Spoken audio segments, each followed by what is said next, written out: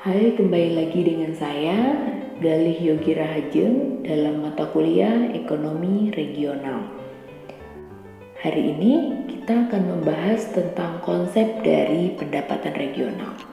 Yang pertama, yang perlu kita bahas adalah definisi. Definisi dari pendapatan regional adalah sebuah nilai tambah produksi baik barang maupun jasa yang diciptakan dalam suatu perekonomian di dalam suatu wilayah selama 1 tahun.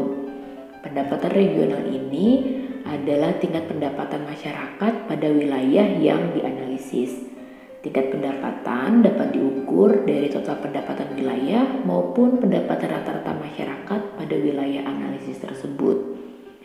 Ada beberapa parameter yang digunakan untuk mengukur dari pendapatan regional. Yang pertama adalah tingkat pendapatan masyarakatnya.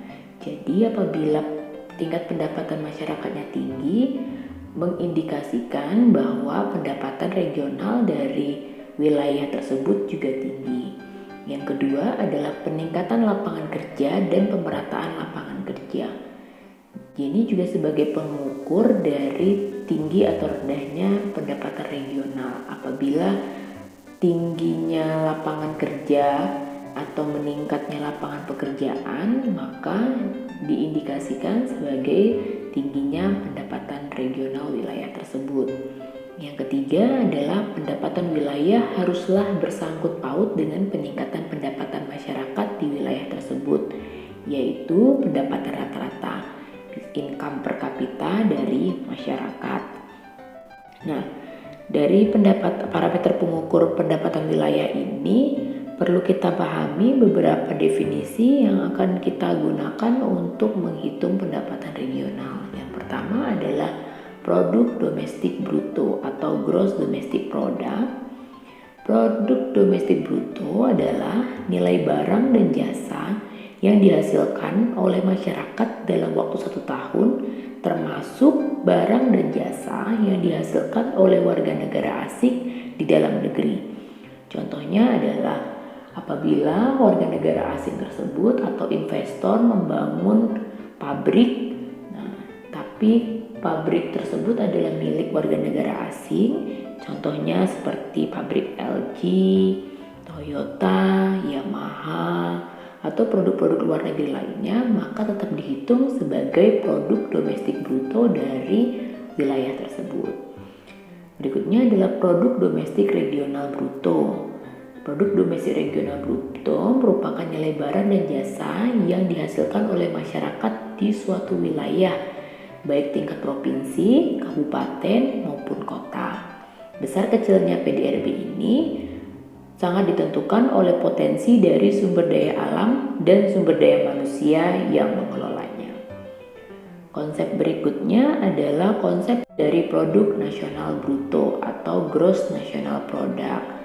Kalau produk nasional bruto ini adalah nilai barang dan jasa yang dihasilkan oleh setiap warga negara dalam jangka waktu 1 tahun, termasuk dari nilai barang dan jasa warga negara tersebut yang berada di luar negeri, dan tetapi tidak termasuk dari barang dan jasa yang dihasilkan oleh warga negara asing di dalam negeri.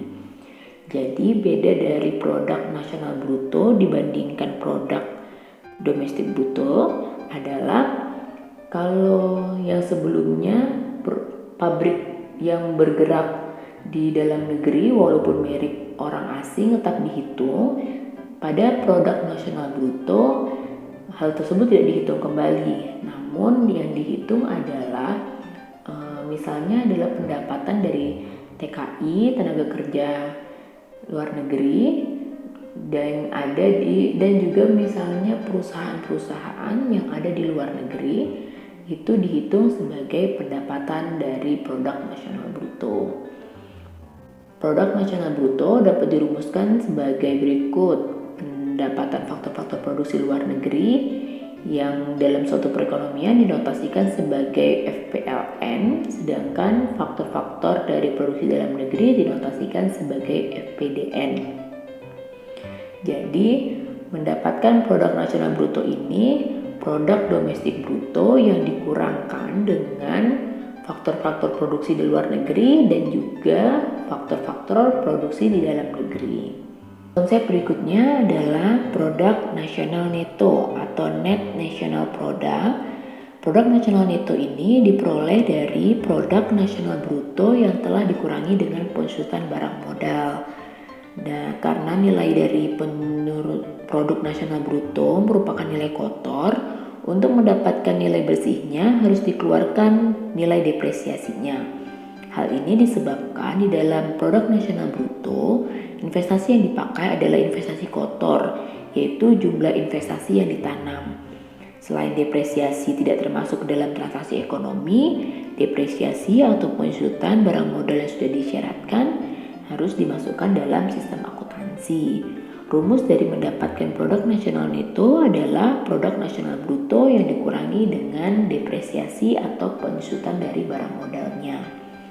Konsep berikutnya adalah pendapatan nasional neto atau pendapatan bersih nasional. Pendapatan nasional adalah pendapatan seluruh warga negara sebagai balas jasa dari semua faktor produksi yang telah digunakan.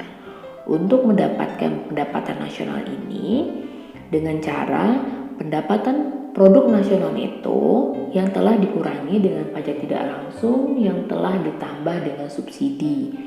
Pajak tidak langsung di sini ada 3. Yang pertama adalah PPN, yang kedua adalah pajak bea masuk, yang ketiga adalah pajak ekspor.